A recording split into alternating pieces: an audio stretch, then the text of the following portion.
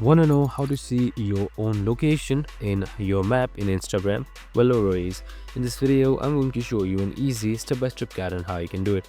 It's super simple and under a minute, so let's get straight to it. Now, first things first, simply open up your Instagram application, and on the top right side, you should be seeing your DM icon right here, so you can just simply select it.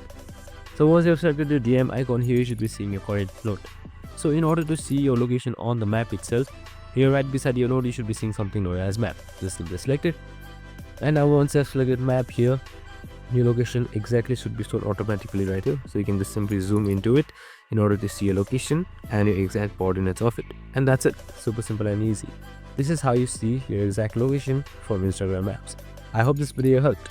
If it did, make sure to like, subscribe, and tune in with us for more of these videos. See you in the next one.